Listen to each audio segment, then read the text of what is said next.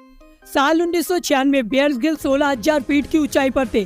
Zimbabwe में अपने friend के साथ स्काई डाइविंग कर रहे थे। जब वो प्लेन में जा रहे थे उनका स्ट्रेस लेवल बढ़ता जा रहा था। उनके पैरों में क्रैम्प्स आ रहे थे, मानो उन्हें आभास हो गया हो कि मेरे साथ बहुत बुरा होने वाला है, जो कि मैं सहन नहीं कर पाऊंगा। ये सब थॉट उनके दिमाग में चल रहे थे। उतने में प्लेन का लाइट ग्रीन होता है और एक आदमी आकर डोर खोलता है और जोर जोर से चिल्लाता है, जल्दी जल्दी जल्दी करो, जल्दी करो, जल्दी करो। एक एक करके उनके सारे दोस्त नीचे कूद रहे थे और ये देखकर उनका स्ट्रेस लेवल और ज्यादा बढ़ता जा रहा था। लेकिन उन्होंने अपने डर को नजरअंदाज कर एक गहरी सांस ली और आखिरकार प्लेन से जंप कर दिया। बियर 16,000 फीट की ऊंचाई से 200 किलोमीटर पर आवर की स्पीड से कुछ ही सेकंडों में सैकड़ों का आंकड़ा तय कर रहे थे। और जब वो 3,000 फीट ऊपर थे उन्होंने अपना पैराशूट खोल दिया।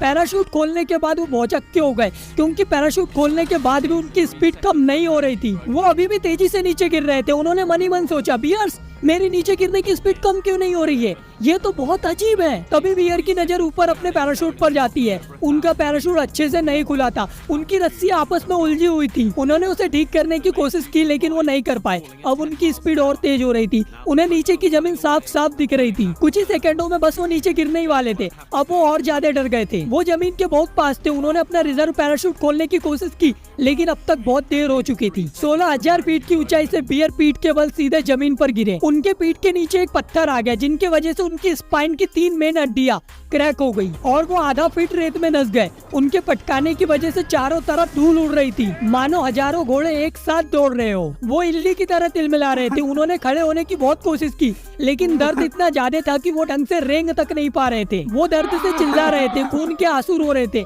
और वो खून के आंसू उनकी बॉडी से भी निकल रहे थे। वो चिल्ला तो रहे थे लेकिन उनके चारों तरफ रेत ही रेत थी। उन्हें कोई बचाने वाला नहीं था, कोई सुनने वाला नहीं था। वो मन ही मन अपने आप को कोस रहे थे कि बियर से तूने क्या कर दिया, तूने इतनी बड़ी गलती कैसे कर दी, तूने सही टाइम पे रिजर्व पैराशूट खोल लेना था। जब तू स्ट्रेस में था, तेरा माइंड स्टेबल नहीं था, तो तूने जंप नहीं करना था। कुछ घंटों बाद बियर्स के फ्रेंड वहाँ आते, उन्हें कार में डाला जाता है और उन्हें पास के हॉस्पिटल में ले जाया जाता है। वो कहते हैं कि दर्द इतना ज्यादा था कि मैं बार बार बेहोश हो रहा था। जब डॉक्टर ने मुझे इंजेक्शन लगाया उसके बाद दर्द थोड़ा कम हुआ। अगली बार जब बियर्स को होश आया तो उन्हें स्ट्रेचर पर लेटाकर फ्लाइट से यूके भेजा जा रहा था। वो अपने आप से कह रहे थे, बियर सब कुछ खत्म हो गया, अब सारा जीवन शायद बिस्तर पर ही गुजारना पड़ेगा। और थोड़ी देर बाद वो फिर बेहोश हो गए। यूके पहुंचते ही उन्हें हॉस्पिटल में एडमिट करवाया गया। उनका एक्सरे होता है और डॉक्टर उनसे कहता है, बियर्स तुम्हारी रीढ़ की 3 हड्डियां जो कि इंसान को खड़े रखने में मेन रोल प्ले करती है, T8, T10 और T12 टूट चुकी है। बियर्स बोलते हैं, बट डॉक्टर मैं ठीक तो हो जाऊंगा ना, मैं फिर से चल तो पाऊंगा ना। डॉक्टर ने जवाब नहीं दिया। उन्होंने बस इतना कहा, देखो अभी हम कुछ नहीं कह सकते, तुम 16,000 फीट की ऊंचाई से गिरे हो। इतने ऊपर से गिरने के बाद किसी की बॉडी तक नहीं मिलती, और मिलती भी है तो टुकड़ों में मिलती है, और तुम जिंदा हो, सांस ले रहे हो, बस इसका शुक्र मनाओ। इस एक्सीडेंट के 3 महीने बाद उनको घर लाया गया। वो बेड पर पड़े पड़े पूरे पागल हो गए थे। वो हमेशा स्ट्रेस में रहते थे, स्ट्रेस एंजाइटी में, और एंजाइटी गुस्से में बदल गई। हमेशा अपने आप को कोसते रहते थे, अपने आप से पूछते रहते थे कि क्या मैं फिर से चल पाऊंगा, क्या मैं फिर से आर्मी ज्वाइन कर पाऊंगा। तभी उनकी नजर दीवार पर टंगी एक माउंट एवरेस्ट की तस्वीर पर गई। बियर्स और उनके पापा का हमेशा से सपना था कि वो माउंट एवरेस्ट क्लाइंब करें, पर बियर्स एवरेस्ट पर चढ़ना तो दूर, खुद के पैरों पर खड़े होने की हालत में तक नहीं थे। और तभी बियर्स ने कुछ ऐसा कर दिया जो कि एक आम इंसान के लिए तो इम्पॉसिबल है। स्पाइन की मेन हड्डी टूटने के बावजूद वो बेड से उठे, जैसे तैसे गिरते पड़ते उस तस्वीर तक पहुँचे। वो देख के उन्हें रोना आ गया, लेकिन तभी उनको अपनी मम्मी की बात याद आई कि बियर्स जब भी तुम्हारे साथ कुछ बहुत बुरा हो, तुम्हें ऐसा लगने लगे कि सब कुछ खत्म हो गया हो, तो एक बात याद रखना, भगवान हमेशा जो भी करता है अच्छे के लिए ही करता है। हो सकता है तुम्हारा बरसों का सपना पूरा होने वाला हो, ये एक्सीडेंट तुम्हें कुछ सिखाने के लिए हुआ हो। और तभी उन्हें उस यूके वाले डॉक्टर की याद आई कि 16,000 फीट ऊपर से कोई गिरने के बाद कैसे बच सकता है। अगर तुम बच गए हो तो भगवान ने तुम्हारे लिए बहुत कुछ शानदार प्लान किया होगा। ये बातों को याद करके उनके अंदर मोटिवेशन का सैलाब दौड़ने लगा। उनको ऐसा फील हो रहा था कि माउंट एवरेस्ट उन्हें बुला रहा है। तभी उन्होंने अपने आप से वादा किया कि चाहे कुछ भी हो जाए, मैं न सिर्फ अपने पैरों पर चल के दिखाऊंगा, बल्कि दुनिया का सबसे बड़ा पहाड़ उस पर भी चढ़कर दिखाऊंगा। इसके लिए चाहे मेरी जान ही क्यों न चले जाए। लेकिन उनकी कंडीशन के हिसाब से ये करना लगभग इम्पॉसिबल था। लेकिन उनके हौसले बहुत मजबूत थे। उन्होंने ठान लिया था कि अब इस इम्पॉसिबल काम को ही पॉसिबल करना मेरे जीवन का लक्ष्य है। दुनिया वालों को करके बताऊंगा कि एक अपाहिज व्यक्ति भी अपने हौसलों के दम पर इतिहास रच सकता है। लेकिन उन्हें ये भी पता था कि सिर्फ हौसलों के दम पर दुनिया नहीं जीत सकते, क्योंकि अभी तक ब्रिटिश आर्मी ने कई मिशन भेजे थे, लेकिन उसमें से सिर्फ एक ही सक्सेस हुआ था। और इवन वो क्लाइंबर भी मरते मरते बचे थे, उनकी जान हलक में आ गई थी। लगे तो वो पूरे मेडिकली फिट थे, उनके पास बहुत सारे रिसोर्सेज थे, स्पॉन्सरशिप थी, लेकिन तुम्हारे पास क्या है? इसके बाद भी बियर्स ने डिसाइड किया कि वो अपने माँ बाप का सपना पूरा करेंगे, या तो वो कर जाएंगे या तो वो मर जाएंगे। एक्सीडेंट के 4 महीने बाद उनके माइंड में थोड़ी पॉजिटिविटी आने लगी थी, और इसी पॉजिटिविटी के चलते वो थोड़ी स्पीड से रिकवर हो रहे थे। अब 8 महीने बाद उनकी बॉडी 70% रिकवर हो चुकी थी। अब वो बैसाखी का सहारा छोड़कर अपने पैरों पर चलने लग गए थे। तभी उन्हें अपनी आर्मी की याद आई। आर्मी के चुनिंदा पलों को याद करके उनकी आंखों में अक्सर आंसू आ जाया करते थे, लेकिन उन्हें इतना पता था कि अब इतने बड़े एक्सीडेंट के बाद मेरा आर्मी में रहकर कोई मतलब नहीं है। बड़े दुखी मन से उन्होंने आर्मी की जॉब से रिजाइन कर दिया। बट रिजाइन के बाद अब दूसरी प्रॉब्लम आने लगी थी।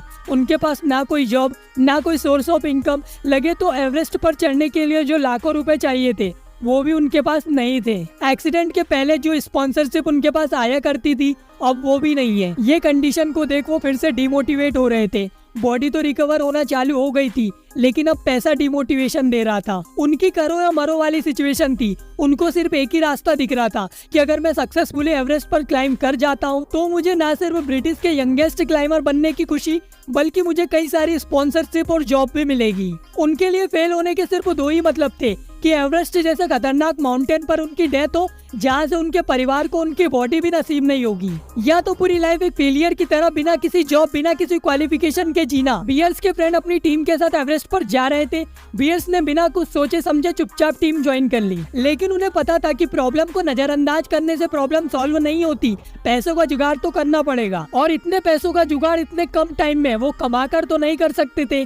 उनके पास सिर्फ एक ही ऑप्शन था, स्पॉन्सरशिप। लेकिन एक अपाहिज व्यक्ति को स्पॉन्सर करेगा कौन? ये तो जुआ जैसा होगा। लेकिन फिर भी उन्होंने कई लोगों को चिट्ठी लिखी। कई लोग तो उनका नाम पढ़कर चिट्ठी को पढ़ते ही नहीं, क्योंकि उन्हें पता था कि बियर्स ने चिट्ठी लिखी है, मतलब स्पॉन्सरशिप की बात तो होगी। हर जगह से उनको रिजेक्शन ही मिलता था, लेकिन फिर भी उन्होंने हार नहीं मानी। जब भी उनको डिमोटिवेशन आता था, वो एवरेस्ट को याद करते थे और वो फिर से रिचार्ज हो जाते थे। कई महान लोगों की बायोग्राफी को पढ़ने के बाद मुझे सब में एक बात कॉमन लगती है कि उनके पास अपने विजुअल गोल होते हैं, उनकी फोटो होती है, या फिर वो माइंड में विजुअलाइज करते हैं। तो इसका मतलब है अपने गोल को अचीव करने में कहीं ना कहीं सबकॉन्शियस माइंड का बहुत बड़ा रोल है। बियर्स ने एक के बाद एक 23 चिट्ठियां वर्जिन ग्रुप के ऑनर सर रिचर्ड ब्रैंसन को भेजी, जिनसे उनको उम्मीद थी, क्योंकि वो भी इसी तरीके के मिशन करते रहते थे। लेकिन वहाँ भी उन्हें निराशा ही हाथ लगी। एक दिन वो रात में जब अपने गोल के बारे में ओवर थिंकिंग कर रहे थे, तो वो इस ओवर थिंकिंग से परेशान होकर बाहर साइकिलिंग करने चले गए। तभी साइकिलिंग करते करते उन्हें रोड पर एक कंपनी दिखी,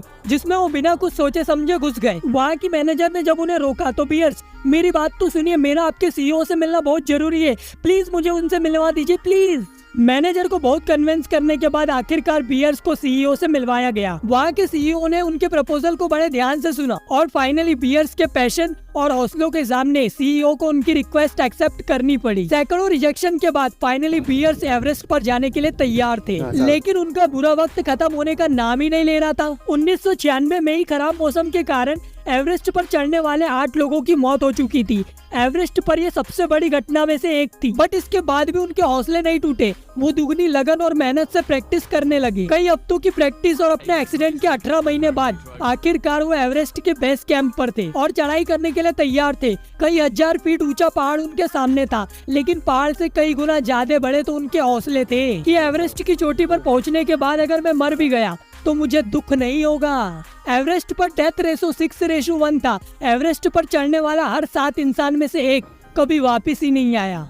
7 अप्रैल 1998 बियर्स ने अपने फ्रेंड नीमा और मिक के साथ एवरेस्ट पर पहली बार चढ़ाई शुरू की। उनका टारगेट था कि बेस कैंप से कैंप 1 तक जाना और वहाँ की कंडीशन देखकर वापस बेस कैंप वापस आना। जब वो कैंप 1 के सिर्फ कुछ ही फीट दूर थे, उन्होंने देखा कि ऊपर चढ़ने के लिए जो रस्सियाँ सीढ़ियाँ लगाई गई है वो पूरी तरीके से कमजोर हो गई है, वो कभी भी टूट सकती है। मिक ने आवाज लगाई, बियर्स अब हमें नीचे चलना चाहिए, ऊपर चढ़ना लगभग नामुमकिन है। सब नीचे उतरने लगे। कुछ घंटों चलने के बाद बियर्स के साथ कुछ ऐसा हुआ जिससे उन्होंने दूसरी बार मौत को बहुत करीब से महसूस किया था। बियर्स सबसे आगे चल रहे थे, लेकिन जब वो नीचे उतर रहे थे तो वो सबसे पीछे हो गए और वो जिस बर्फ पर चल रहे थे वो धीरे धीरे नीचे धंस रही थी। जब तक वो कुछ सोचते बहुत टाइम हो चुका था। इस बार वो फिर से लेट हो गए थे। बर्फ में एक बड़ा क्रैक हुआ और वो बाहर से नीचे गिरे। वो नीचे जाते जा रहे थे, तभी एक झटके से वो बीच में कहीं अटक गए। गड्ढा इतना गहरा था कि उनको दूसरा एंड दिख ही नहीं रहा था। बियर्स इतनी ठंडी में भी पसीने से लथपथ हो गए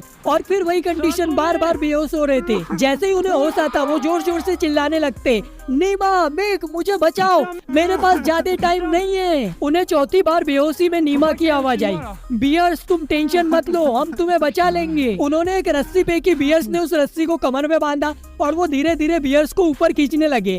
बियर्स भी बर्फ को पकड़ पकड़ कर ऊपर आने की कोशिश कर रहे थे और फाइनली दूसरी बार मौत को छू के टक से वापस आ सकता हूँ। पर उनका कॉन्फिडेंस चूर चूर हो गया था। लेकिन इस बार फिर उन्होंने माउंट एवरेस्ट को देखा और उनके अंदर मोटिवेशन का सैलाब आने लगा। वो फिर से चढ़ना चाहते थे, लेकिन कंडीशन को देखते हुए वो बेस कैंप वापस आ गए। डॉक्टर से इलाज करवाया, उनका एक हाथ बहुत सूज गया था। ऐसा लग रहा था कि मधुमक्खी या झुंड ने अटैक किया। बहुत दर्द कर रहा था, वो जोर जोर से चिल्ला रहे थे। उन्हें डर लग रहा था कि कहीं फ्रैक्चर तो नहीं है और डॉक्टर उन्हें फिर एक बार बेड रेस्ट को तो ना कह दे। और जिसका डर था वही हुआ। डॉक्टर ने कहा, बियर्स अभी तुम एवरेस्ट नहीं चढ़ सकते, तुम्हें अभी आराम की जरूरत है। उन्होंने अपने पर्स में से एवरेस्ट की फोटो निकाली और जोर जोर से कहा, तू अपने आप को बहुत बड़ा समझता है ना, लेकिन तेरे से कई ज्यादा बड़े मेरे हौसले हैं। आज मैं तेरे चरणों में हूँ, कल तू मेरे चरणों में होगा। भूलना मत, मैं वापस जरूर आऊंगा।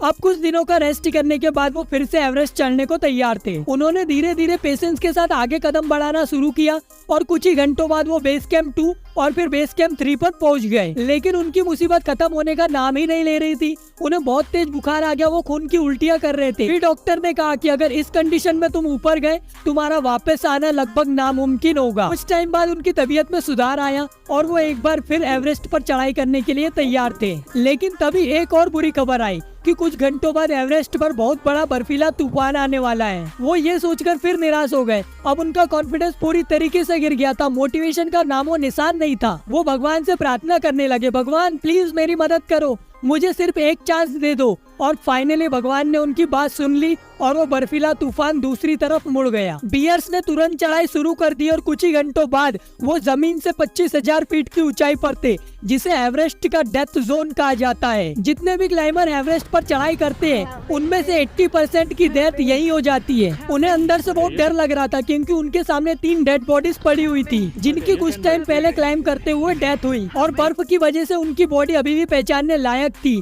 उनमें से एक की फोटो उन्होंने न्यूज़पेपर में देखी थी। उन्होंने इन सबको इग्नोर करने की कोशिश करी, लेकिन उनका माइंड बार बार वहीं जा रहा था। वो अगले कुछ पलों में अपनी लाइफ का सबसे बड़ा रिस्क लेने वाले थे और उन्होंने चढ़ाई शुरू की। अब वो एवरेस्ट के सिर्फ 400 फीट नीचे थे। अब थोड़ा थोड़ा मोटिवेशन आने लगा था, एक्साइटमेंट बढ़ गई थी और वो फाइनली एवरेस्ट की चोटी पर पहुंच गए। बियर से पहले सिर्फ 32 ब्रिटिशर ही ऐसे थे जो यहाँ तक पहुँच पाए थे और बियर्स उनमें से सबसे यंगेस्ट थे। उन्होंने इम्पॉसिबल को पॉसिबल करके दिखाया। उन्होंने दुनिया वालों को बता दिया कि बियर कोई शेर से कम नहीं होता। इनकी स्टोरी से हमें समझ में आता है कि अपनी लाइफ में कितनी भी प्रॉब्लम आए, हमें अपने ड्रीम्स पर कभी गिव अप नहीं करना चाहिए। चाहे कंडीशन कितनी भी टाइट हो, बुरा समय बीत जाता है, नामुमकिन कुछ भी नहीं, एक चींटी भी हाथी को हरा सकती है। तो आशा करता हूँ बियर्स की इस रोमांच भरी स्टोरी को सुनने के बाद आपके अंदर भी आग लग गई होगी, आप भी अपने सपनों के लिए काम शुरू करेंगे। तो धन्यवाद। वीडियो अगर अच्छी लगी हो तो वीडियो को लाइक कीजिए और चैनल को भी सब्सक्राइब कीजिए, जिससे ऐसी आने वाली धमाकेदार वीडियो को आप डेली देख पाओगे। धन्यवाद, मिलते हैं अगली वीडियो में।